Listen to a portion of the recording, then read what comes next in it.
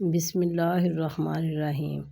کسی انسان کو دکھ دینا اتنا آسان ہے جتنا سمندر میں پتھر پھینکنا، مگر یہ کوئی نہیں جانتا کہ وہ پتھر کتنی گہرائی میں گیا ہے۔ عبادتیں صرف جائے نماز پر ہی نہیں ہوتی، بلکہ عبادتیں میٹھی زبان، دھیمے لہجے، ہمدردانہ اور عاجزانہ رویوں سے بھی ہوتی ہیں۔ اے اللہ پاک، جو سر تیرے سامنے جھکتا ہے اسے دنیا کے سامنے جھکنے سے بچا۔ اے اللہ پاک، جو ہاتھ تیرے آگے پھیلتے ہیں انہیں بندوں کے آگے پھیلنے سے بچا۔ آمین ثم آمین یا رب العالمین۔ صرف ایک غلطی ہو جانے سے لوگ یہ بھول جاتے ہیں کہ آپ اس سے پہلے کتنے اچھے اور بہترین انسان تھے۔ ہمیں پتہ بھی نہیں ہوتا کہ ہمارا رب ہمیں کس کس مقام پر گرنے سے پہلے ہی تھام لیتا ہے۔ کم ظرف انسان دوسرے سے لیا ہوا ہیرا بھول جاتا ہے، لیکن اپنا دیا ہوا پتھر یاد رکھتا ہے۔ سچے دل سے اگر یقین کر لو اس بات پر کہ وہی ہوتا ہے جو رب چاہتا ہے، تو جو کچھ بھی آج تک تمہاری زندگی میں ہوا ہے اس سے بہتر کچھ ہو ہی نہیں سکتا تھا، کیونکہ میرا رب جو کرتا ہے بہترین کرتا ہے، اور تم چاہ کر بھی اس کی مصلحت کو نہیں سمجھ سکتے جب تک وہ خود نہ ظاہر کر دے۔ درد وہ ہوتا ہے جو ہمیں دوسروں کو تکلیف میں دیکھ کر ہو، ورنہ اپنا درد تو جانوروں کو بھی محسوس ہوتا ہے۔ ربنا اغفر لی ولوالدی وللمؤمنین یوم یقوم الحساب۔ اے ہمارے پروردگار، مجھے، میرے والدین اور تمام مومنین کو بخش دے جس دن حساب قائم ہو۔ ہر اذیت کی ایک معینہ مدت ہوتی ہے جس کے گزر جانے کے بعد نہ تو درد کی شدت پہلے جیسی رہتی ہے اور نہ اسے سہنے والا انسان پہلے جیسا رہتا ہے۔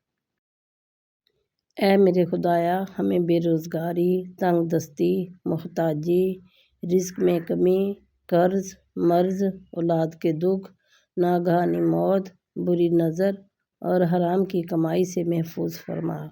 آمین یا رب العالمین ثم آمین۔ لقد کان لکم فی رسول اللہ اسوۃ حسنہ۔ تمہارے لیے اللہ کے رسول صلی اللہ علیہ وآلہ وسلم کی زندگی بہترین نمونہ ہے۔ جب آپ مجھ میں کوئی عیب دیکھو تو مجھ سے کہو، کسی اور کو نہیں۔ مجھ سے کہو گے تو نصیحت کہلائے گی اور اجر لکھا جائے گا، اگر کسی اور سے کہو گے تو غیبت کہلائے گی اور گناہ لکھا جائے گا۔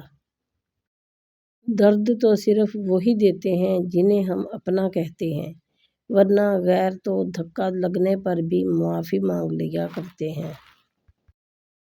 ماں ایک ایسی مقناطیسی قوت ہے جو بکھری ہوئی اولاد کے وجود کو جوڑ کر اس میں تسکین کی روح پھونک دیتی ہے، اور باپ ایک ایسا سہارا ہے جو ناتواں ہو کر بھی اولاد کو گرنے نہیں دیتا۔ اندھیروں کی دنیا کو روشنی میں بدل دینے والا عمل درود پاک پڑھنا ہے۔ یہی وہ دعا ہے جو ویران دلوں کو آباد کرتی ہے۔ لہجے ترتیب بتاتے ہیں اور الفاظ نسلوں کا پتہ دیتے ہیں، اور کتنا سکون ملتا ہے جب دوسرے آپ کی برائی کر رہے ہوتے ہیں مگر آپ کے ارد گرد کے لوگ وہ سب سننے کے بعد بھی نہیں بدلتے، وہ آپ کی پھر بھی اتنی ہی عزت کرتے ہیں جتنی پہلے کرتے تھے، اور یوں پتہ چلتا ہے کہ عزت والوں کو ہی عزت کرنا آتی ہے اور بدتمیز ہمیشہ بدتمیز ہی رہتا ہے۔ اشفاق احمد لکھتے ہیں، ہمارے بابا جی کا حکم تھا کہ اپنے گھر کے لیے غریب خانے کا لفظ کبھی استعمال نہ کرو۔ یہ بڑی ہیٹی کی بات ہے۔ آپ اپنے گھر کو غریب خانہ کہیں جس گھر میں اللہ کی رحمتیں ہیں، برکتیں ہیں، اولاد ہے، رزق ہے، روشنی ہے، چھت ہے، وہ تو رحمت خانہ ہے، نہ کہ غریب خانہ۔ جب بھی تم چاہو کہ تمہاری دعا عرش تک پہنچے اور مستجاب ہو جائے تو پہلے اپنے والدین کے لیے دعا مانگو۔ جب آپ مجھ میں کوئی عیب دیکھو تو مجھ سے کہو، کسی اور کو نہیں۔ مجھ سے کہو گے تو نصیحت کہلائے گی اور اجر لکھا جائے گا، اگر کسی اور سے کہو گے تو غیبت کہلائے گی اور گناہ لکھا جائے گا۔ جیب بھاری ہو تو دشمن بھی خطائیں معاف کر دیتے ہیں، اور ہاتھ خالی ہوں تو سگے بہن بھائی بھی سلام نہیں کرتے۔ کھونے کے بعد ہی پتہ چلتا ہے کہ کتنا قیمتی تھا جو چلا گیا، چاہے وہ وقت ہو، انسان ہو یا کوئی رشتہ۔ اگر تم اللہ تعالیٰ پر اس طرح توکل کرنے لگو جیسا کہ توکل کا حق ہے، تو تمہیں اس طرح روزی دی جائے گی جس طرح پرندوں کو روزی دی جاتی ہے۔ وہ صبح خالی پیٹ نکلتے ہیں اور شام بھرے پیٹ واپس آتے ہیں۔ فرمان مصطفیٰ صلی اللہ علیہ وآلہ وسلم۔ اللہ پر یقین، بس اللہ پر یقین رکھو، وہ تمہیں ایک ویران کنویں سے نکال کر سلطنت کا بادشاہ بنانے کی طاقت رکھتا ہے۔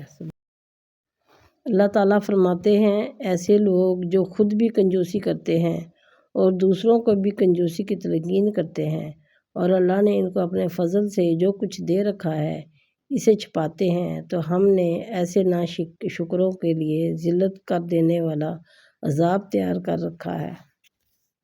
میرے پیارے بہن بھائیوں، اگر آپ کو میری ویڈیو پسند آ رہی ہیں تو میری ساری ویڈیو پلیز واچ کریں اور شیئر کریں اور چینل کو سبسکرائب کریں۔